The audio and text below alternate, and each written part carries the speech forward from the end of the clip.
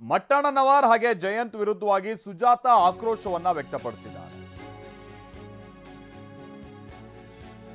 ಈ ಒಟ್ಟು ಹೋರಾಟಗಾರರ ನಡುವೆನೇ ಈಗ ಒಂದಲ್ಲ ಒಂದು ಗೊಂದಲ, ಒಂದಲ್ಲ ಒಂದು ರೀತಿಯಾದಂತ ಸಿಟ್ಟು.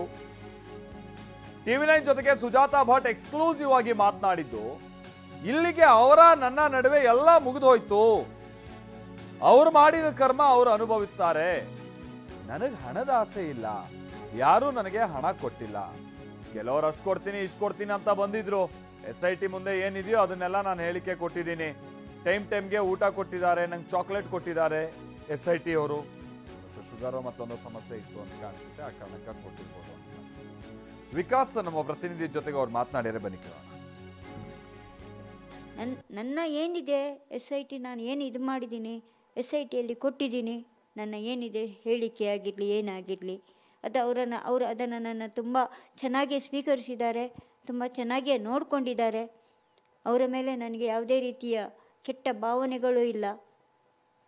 ನನ್ನನ್ನು ತುಂಬ ಚೆನ್ನಾಗಿ ನೋಡಿಕೊಂಡಿದ್ದಾರೆ. ಊಟ ಟೈಮಿಗೆ ಊಟ ಕೊಟ್ಟಿದ್ದಾರೆ, ಲೋ ಶುಗರ್ ಆದರೆ ಚಾಕ್ಲೇಟ್ ತಂದು ಕೊಟ್ಟಿದ್ದಾರೆ, ಪ್ರತಿಯೊಂದು ವಿಚಾರದಲ್ಲೂ ನೋಡಿಕೊಂಡಿದ್ದಾರೆ. ರಾತ್ರಿ ಕ್ಲೀನಾಗಿ ಕಾರ್ ಮಾಡಿ ಕಳಿಸಿದ್ದಾರೆ ನನ್ನನ್ನು. ಅವರನ್ನು ನಾನಿವತ್ತು ನೆನೆಸ್ಕೊಳ್ಬೇಕು. ಅಲ್ಲಿಂದ ಬರುವ ತನಕನೂ ಬಸ್ ಟಿಕೆಟ್ ಸಮೇತ ಅವರೇ ಮಾಡಿ ನನ್ನನ್ನು ಕಳಿಸಿಕೊಟ್ಟಿದ್ದಾರೆ. ಈಗ ನೆಕ್ಸ್ಟ್ ಮುಂದೆ ಅನನ್ಯ ಭಟ್, ಏನು ಇವ್ರದೆಲ್ಲ ವಸಂತಿ, ಇವರೆಲ್ಲ ಕೇಸ್ಗಳಿಗೂ ಕೂಡ ನೀವು ಇಲ್ಲಿಗೆ ಇತಿಶ್ರೀ ಹಾಡ್ತಾ ಇದ್ದೀರಾ? ಇನ್ನೇನಾದರೂ ಮತ್ತೆ ಹೋರಾಟ ಮಾಡಬೇಕು ಅಥವಾ ಇವ್ರಿಗೇನಾದ್ರು ನ್ಯಾಯ ಸಿಗೋ ಥರದಲ್ಲಿ ನಾನು ಮತ್ತೇನಾದ್ರು ಮಾಡಬೇಕಂತ ಈಗ ಸದ್ಯಕ್ಕೆ ನಾನು ಯಾವ ಹೋರಾಟನೂ ಇಲ್ಲ, ಯಾವುದೂ ಇದೂ ಇಲ್ಲ.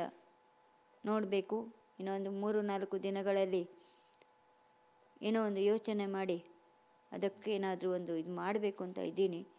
ನೋಡ್ತೀನಿ ನಾನು. ಇಷ್ಟೆಲ್ಲ ಆದಮೇಲೆ ಮಟ್ಟಣ್ಣನವರು ಅಥವಾ ಮಹೇಶ್ ತಿಮ್ರೋಡಿ ಅವರು ಯಾರು ನಿಮ್ಮನ್ನು ಸಂಪರ್ಕ ಮಾಡಿ ಮಾತನಾಡಿದ್ರ ನಿಮ್ಮ ಜೊತೆ? ಯಾರೂ ಮಾತನಾಡಲಿಲ್ಲ. ನಾನು ಯಾರ ಮಾತಾಡುವ ಪ್ರಯತ್ನನೂ ನಾನು ಹೋಗಲಿಲ್ಲ. ಇಲ್ಲಿಗೆ ಮುಗಿಯಿತು ನಂದು ಅವರದ್ದು ಇದು. ನಾನೇನು ಅವರ ತನಕನೂ ಹೋಗಲ್ಲ. ಅವ್ರು ಏನೇನು ಹೇಳಿದಾರೋ ಅವರಿಗೆ ಬಿಟ್ಟಿರೋದು, ನಾನೇನು ಹೇಳಿದ್ದೀನೋ ನನಗೆ ಬಿಟ್ಟಿರೋದು. ನಾನು ಬೇರೆಯವರನ್ನು ದೂಷಿಸೋದು, ಬೇರೆಯವರನ್ನು ಇದು ಮಾಡೋದು ನನ್ನ ಹವ್ಯಾಸನೂ ಅಲ್ಲ, ನನಗೆ ಬೇಕಾಗಿಯೂ ಇಲ್ಲ. ಅವರವರು ಮಾಡಿದ ಕರ್ಮ ಅವರವರು ಅನುಭವಿಸ್ತಾರೆ. ಸುಜಾತ ಭಟ್ರು ಎಲ್ಲೋ ಒಂದು ಕಡೆ ಹಣದ ಆಸೆಗೆ ಏನಾದ್ರು ಬಿದ್ದರು ಅಂತೇಳಿ ಜನ ಹೇಳ್ತಾರೆ. ಹಣದ ಆಸೆಗೆ ಬಿದ್ದು ಈ ಥರ ಬಂದ್ರೇನೋ ಅಂಥೇಳಿ ಮಾತನಾಡ್ಕೊಳ್ತಾರೆ. ನಿಮ್ಗೇನಾದರೂ ಅವ್ರು ಹಣದ ಆಮಿಷ ಆ ಥರದ್ದೇನಾದರೂ ನಿಮಗೆ ಬಂದಿತ್ತ ಯಾವ ಕಡೆಯಿಂದ? ನನಗೆ ಯಾವ ಹಣದ ಆಸೆನೂ ಇಲ್ಲ, ಯಾವ ಹಣವನ್ನು ನಾನು ತಗೊಂಡಿಲ್ಲ, ಯಾರೂ ನನಗೆ ಕೊಟ್ಟೂ ಇಲ್ಲ.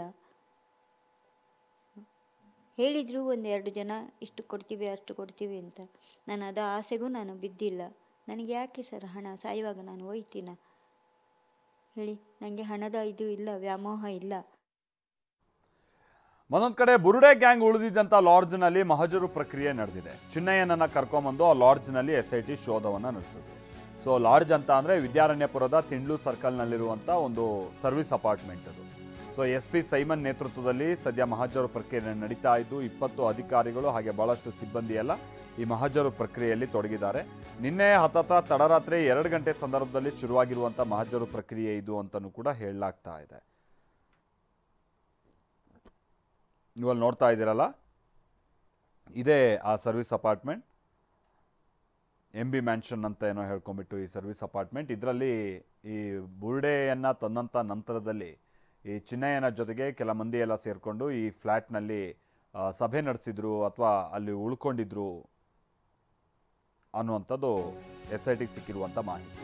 ಮತ್ತೊಂದು ಕಡೆ ಬೆಂಗಳೂರಿನಲ್ಲಿ SIT ತನಿಖೆ ಮುಂದುವರೆದಿದೆ. ಸರ್ವಿಸ್ ಅಪಾರ್ಟ್ಮೆಂಟ್ನಲ್ಲಿ ಇನ್ವೆಸ್ಟಿಗೇಷನ್ ನಡೆದಿದೆ. ತಿಂಡಿ ತಿಂದು ಮತ್ತೆ ಪರಿಶೀಲನೆ ಆರಂಭಿಸಿದೆ SIT ಟೀಮ್.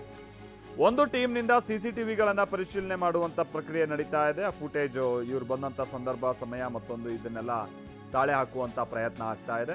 ಮತ್ತೊಂದು ತಂಡದಿಂದ ಲೆಡ್ಜರ್ ಬುಕ್ ಪರಿಶೀಲನೆ ನಡೆದಿದೆ. ಇನ್ನೊಂದು ತಂಡದಿಂದ ಮಹಜರು ಪ್ರಕ್ರಿಯೆ ಆಗ್ತಾ ಇದೆ. ಪಂಚರ ಸಮ್ಮುಖದಲ್ಲಿ ನಡೀತಾ ಇರುವಂಥ ಮಹಜರಿದು.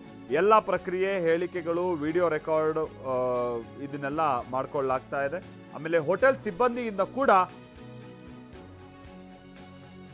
ಮಾಹಿತಿ ಕಲೆ ಹಾಕುವ ಕೆಲಸ ಆಗ್ತಾ ಇದೆ. ಏನು ಚಿನ್ನಯ್ಯ ಹೇಳಿರುವಂಥ ಡೇಟ್, ಅವತ್ತು ಯಾವತ್ತು ಬಂದ್ವಿ, ಮತ್ತೊಂದು ಈ ಡೇಟು, ಆ ಡೇಟಿನ ಸಂದರ್ಭದ CCTV ಫುಟೇಜ್ ಏನಾದ್ರು ಲಭ್ಯ ಇದೆಯಾ ಅದನ್ನು ಪರಿಶೀಲನೆ ಮಾಡೋದು. ಆಮೇಲೆ ಅವತ್ತಿನ ಲೆಡ್ಜರ್ ಬುಕ್ನಲ್ಲಿ ಹಾಕಿರುವಂಥ ಸಹಿ, ಯಾರ್ಯಾರು ಬಂದಿದ್ರು ಅನ್ನುವಂಥದ್ದು ಏನಾದರೂ ಮಾಹಿತಿ, ಬಹುಶಃ ಇವರು ಕೆಲ ದಾಖಲಾತಿಗಳನ್ನು ಕೂಡ ಕೊಟ್ಟಿರಬೇಕಾಗುತ್ತೆ ಅಂತ ಕಾಣಿಸುತ್ತೆ. ಆಧಾರ್ ಕಾರ್ಡು, ವೋಟರ್ ID ನೋ ಮತ್ತೊಂದು. ಸೊ ಈ ಥರನಂಥ ಪ್ರಕ್ರಿಯೆಗಳು ಸದ್ಯ ನಡೀತಾ ಇದೆ ಅನ್ನುವಂಥದ್ದು, ಅಂದರೆ ಅದನ್ನೆಲ್ಲ ಏನು ಪರಿಶೀಲಿಸುವಂಥ ಕಾರ್ಯ ಸದ್ಯಕ್ಕೆ SIT ಟೀಮ್ನಿಂದ ಆಗ್ತಾ ಇದೆ. ಪ್ರದೀಪ್ ನಮ್ಗೆ ಇದಕ್ಕೆ ಸಂಬಂಧಪಟ್ಟಾಗೆ ಮತ್ತಷ್ಟು ಡೀಟೇಲ್ಸ್ ಅನ್ನ ಕೊಡ್ತಾರೆ. ಪ್ರದೀಪ್, ಅಂತ ಅಂದರೆ ಇವರು ಕೆಲ ದಿನಗಳ ಮಟ್ಟಿಗೆ ಅಥವಾ ಕೆಲ ಹೊತ್ತಿನ ಮಟ್ಟಿಗೆ ಆ ಲಾಡ್ಜು ಅಥವಾ ಆ ಫ್ಲ್ಯಾಟನ್ನು ಸರ್ವಿಸ್ ಅಪಾರ್ಟ್ಮೆಂಟ್ನಲ್ಲಿ ಇವ್ರು ಬಳಸ್ಕೊಂಡಿರ್ಬೋದು ಅಂತ ಕಾಣಿಸುತ್ತೆ. ಬಟ್ ಅದನ್ನು ಮೀರಿ ನಿನ್ನೆ ತಡರಾತ್ರಿಯಿಂದನೂ ಕೂಡ ಈ ಮಹಜರ್ ಮುಂದುವರಿತಾ ಇದೆ ಅಂತ ಅಂದರೆ ಅಲ್ಲಿ ಏನು ಮಾಹಿತಿ ಕಲೆ ಹಾಕುವಂಥ ಪ್ರಕ್ರಿಯೆ ಆಗ್ತಾ ಇದೆ ಪ್ರದೀಪ್? ಮಾಲ್ತೇಶ್, ನಿನ್ನೆಯೂ ಸಹ ಸುಮಾರು 7 ರಿಂದ 8 ಗಂಟೆಗಳ ಕಾಲ ಜಯಂತ್ ಅವರ ಮನೆಯಲ್ಲಿ SIT ಅಧಿಕಾರಿಗಳು ಚಿನ್ನಯ್ಯನನ್ನು ಕರ್ಕೊಂಡು ಮಹಜರು ಪ್ರಕ್ರಿಯೆಯನ್ನ ನಡೆಸಿದ್ರು. ಅದೇ ರೀತಿ ಇಂದು ಸಹ ಮಧ್ಯರಾತ್ರಿಯಿಂದನೂ ಸಹ ಈ SB ಮೆನ್ಷನ್ ಸರ್ವಿಸ್ ಅಪಾರ್ಟ್ಮೆಂಟ್ ಅಲ್ಲಿ ನಿರಂತರವಾಗಿ ಮಹಜರು ಪ್ರಕ್ರಿಯೆ ನಡೆಸ್ತಾ ಇದ್ದಾರೆ. ಈ ವೇಳೆ ಅಂದ್ರೆ ಈ ಒಂದು ಪ್ರಕ್ರಿಯೆಗೆ ಸಂಬಂಧಪಟ್ಟಂತೆ ತನಿಖೆ ಭಾಗವಾಗಿ ನಡೀತಾ ಇರೋದ್ರಿಂದ ಈ ಒಂದು ಏನು ಟೀಮ್ ಇತ್ತು ಇವ್ರದ್ದು, ಮಹೇಶ್ ತಿಮ್ರೋಡಿ ಆಗಿರ್ಬೋದು, ಗಿರೀಶ್ ಮಟ್ಟಣ್ಣ, ಸುಜಾತ ಭಟ್ ಮತ್ತೆ ಜಯಂತ್ ಮತ್ತೆ ಚಿನ್ನಯ್ಯ, ಇವರೆಲ್ಲರೂ ಸಹ ಈ ಅಪಾರ್ಟ್ಮೆಂಟ್ ಅಲ್ಲಿ ಬಂದು ಬುರುಡೆ ವಿಚಾರವಾಗಿ ಮಾತಾಡಿದಿರೋ ವಿಚಾರವಾಗಿ ಇವತ್ತು ಮಹಜರು ಪ್ರಕ್ರಿಯೆ ನಡೀತಾ ಇರುವಂತದ್ದು. ಆದ್ರೆ ಇಲ್ಲಿ ಗಮನಿಸಬೇಕಾದ ಅಂಶ, ಎಷ್ಟು ದಿನ ಇವರು ಇಲ್ಲಿಗೆ ಬಂದಿದ್ರು, ಮತ್ತೆ ಯಾವ್ಯಾವ ಟೈಮ್ ಅಲ್ಲಿ ಎಷ್ಟು ಹೊತ್ತು ಇವರು ಇಲ್ಲಿ ಇದ್ರು, ಮತ್ತೆ ಯಾವ ರೂಮ್ ಅಲ್ಲಿ ಇದ್ರು, ಮತ್ತೆ ಇನ್ನಿತರ ಈ ಸೂಕ್ಷ್ಮ ಪ್ರಕರಣ ಆಗಿರೋ ಕಾರಣಕ್ಕಾಗಿ ಸುಮಾರು ಗಂಟೆಗಳ ಕಾಲವೂ ಸಹ ಮಹಜರು ಪ್ರಕ್ರಿಯೆ, ಸಾಮಾನ್ಯವಾಗಿ ಬೇರೆ ಕೇಸ್ಗಳಲ್ಲಿ ಮಹಜರು ಪ್ರಕ್ರಿಯೆ 1 ರಿಂದ 2 ಗಂಟೆಗಳ ಕಾಲ ಮುಗಿಯುತ್ತೆ. ಆದ್ರೆ ಇಲ್ಲಿ ಪರಿಶೀಲನೆ ಜೊತೆಗೆ ಮಹಜರು ಪ್ರಕ್ರಿಯೆ ಎರಡು ಕೂಡ ನಡೀತಾ ಇರುವಂತದ್ದು. ಅಂದ್ರೆ ಈಗ CCTVಗಳ ಪರಿಶೀಲನೆಯೂ ಸಹ ಸ್ವಲ್ಪ ಸಮಯ ಹಿಡಿಯುತ್ತೆ, ಜೊತೆಗೆ ಲೆಡ್ಜರ್ಗಳ ಪರಿಶೀಲನೆ ಕೂಡ ಸಮಯ ನೀಡುತ್ತೆ. ಒಂದು ವೇಳೆ CCTVಗಳು ಡಿಲೀಟ್ ಆಗಿದ್ರೆ ಅದನ್ನ ಯಾವ ರೀತಿ ರಿಟ್ರೀವ್ ಮಾಡ್ಬೇಕು ಅನ್ನೋದ್ರ ಬಗ್ಗೆ ಸಹ ಮಾಹಿತಿಯನ್ನ SIT ಟೀಮ್ ಸಂಗ್ರಹಿಸಬೇಕಾಗಿರುತ್ತೆ. ಹೀಗಾಗಿ ಸ್ವಲ್ಪ ಟೈಮ್ ಸಹ ಹೆಚ್ಚಾಗಿ ತಗೊಂತಾ ಇರುವಂತದ್ದು. ಜೊತೆಗೆ ಈಗ ಸುಮಾರು 20ಕ್ಕೂ ಅಧಿಕಾರಿಗಳು ಇರುವುದರಿಂದ ಆತನ ಹೇಳಿಕೆಗಳೆಲ್ಲವನ್ನೂ ಸಹ, ಅಂದ್ರೆ ಯಾವ ಜಾಗದಲ್ಲಿ ಕೂತಿದ್ರು, ಯಾವಾಗ ಬಂದಿದ್ರು, ಎಷ್ಟು ಸಾರಿ ಬಂದಿದ್ರು ಅನ್ನೋದು ಸಹ ಇಂಪಾರ್ಟೆಂಟ್ ಆಗಿರೋದ್ರಿಂದ ಆತನಿಂದನೇ ಎಲ್ಲ ಮಾಹಿತಿಯನ್ನು ವಿಡಿಯೋ ರೆಕಾರ್ಡ್ ಮೂಲಕ ಆತನ ಹೇಳಿಕೆಗಳನ್ನು ತೆಗೆದುಕೊಂಡು ಇದನ್ನ ವಿಡಿಯೋ ರೆಕಾರ್ಡ್ ಅನ್ನ ಮಾಡ್ತಾ ಇರೋ ಕಾರಣಕ್ಕಾಗಿ ಕೆಲವು ಗಂಟೆಗಳ ಕಾಲ ಈ ಮಹಜರು ಪ್ರಕ್ರಿಯೆ ಇನ್ನೂ ಮುಂದುವರಿಯುವಂತಹ ಸಾಧ್ಯತೆಗಳಿರುವಂತದ್ದು. ಒಟ್ಟಲ್ಲಿ ಈ ಒಂದು ಮಹಜರು ಪ್ರಕ್ರಿಯೆ ಅಂದ್ರೆ ಈ ತನಿಖೆಯ ಭಾಗವಾಗಿ ನಡೀತಾ ಇರೋದ್ರಿಂದ, ಜೊತೆಗೆ ಸೂಕ್ಷ್ಮ ಪ್ರಕರಣವಾಗಿರೋದ್ರಿಂದ ಹೆಚ್ಚು ಸಮಯಗಳ ಕಾಲ SIT ಅಧಿಕಾರಿಗಳು ತುಂಬಾ ಕೂಲಂಕುಷವಾಗಿ ಈ ಒಂದು ಮಹಜರು ಪ್ರಕ್ರಿಯೆ ಮತ್ತು ಪರಿಶೀಲನೆಯನ್ನ ನಡೆಸ್ತಾ ಇರುವಂತದ್ದು. ಮಂತೇಶ್, ಈಗ ಸದ್ಯಕ್ಕೆ CCTV ಕ್ಯಾಮೆರಾಗಳನ್ನ ಒಂದು ತಂಡ ಪರಿಶೀಲನೆ ಮಾಡಿಸ್ತಾ ಇದ್ರೆ, ಮತ್ತೊಂದು ಕಡೆ ಲೆಕ್ಚರ್ ಅನ್ನ ಇನ್ನೊಂದು ತಂಡ ಮಾಡ್ತಾ ಇದ್ರೆ, ಇದ್ರ ಜೊತೆಗೆ ಮತ್ತೊಂದು ತಂಡ ಈ ಚಿನ್ನಯ್ಯನ ಹೇಳಿಕೆಗಳು ಅದು ದಾಖಲಿಸಿಕೊಂಡು ಆತ ಯಾವ ರೀತಿಯಾಗಿ ಬಂದಿದ್ದ, ಎಷ್ಟು ಜನ ಜೊತೆ ಬಂದಿದ್ದ, ಯಾರ ಜೊತೆ ಕೂತಿದ್ದ, ರೂಮ್ ನಂಬರ್ ಯಾವ್ದು, ಯಾವಾಗ ಬಂದಾಗ ಯಾವ ರೂಮ್ ಅಲ್ಲಿ ಇದ್ರು, ಇದೆಲ್ಲವನ್ನು ಸಹ ಆತನಿಂದ ಹೇಳಿಕೆಯನ್ನು ಪಡ್ಕೊಂಡು ವಿಡಿಯೋ ರೆಕಾರ್ಡ್ಗಳನ್ನ ಮಾಡ್ತಾ ಇದ್ದಾರೆ. ಹೀಗಾಗಿ ಈ ಒಂದು ಮಹಜರು ಪ್ರಕ್ರಿಯೆ ಇನ್ನೂ ಸಹ ತಡವಾಗುವಂತಹ ಸಾಧ್ಯತೆ ಇದೆ ಮಂತೇಶ್. Thank you Pradeep.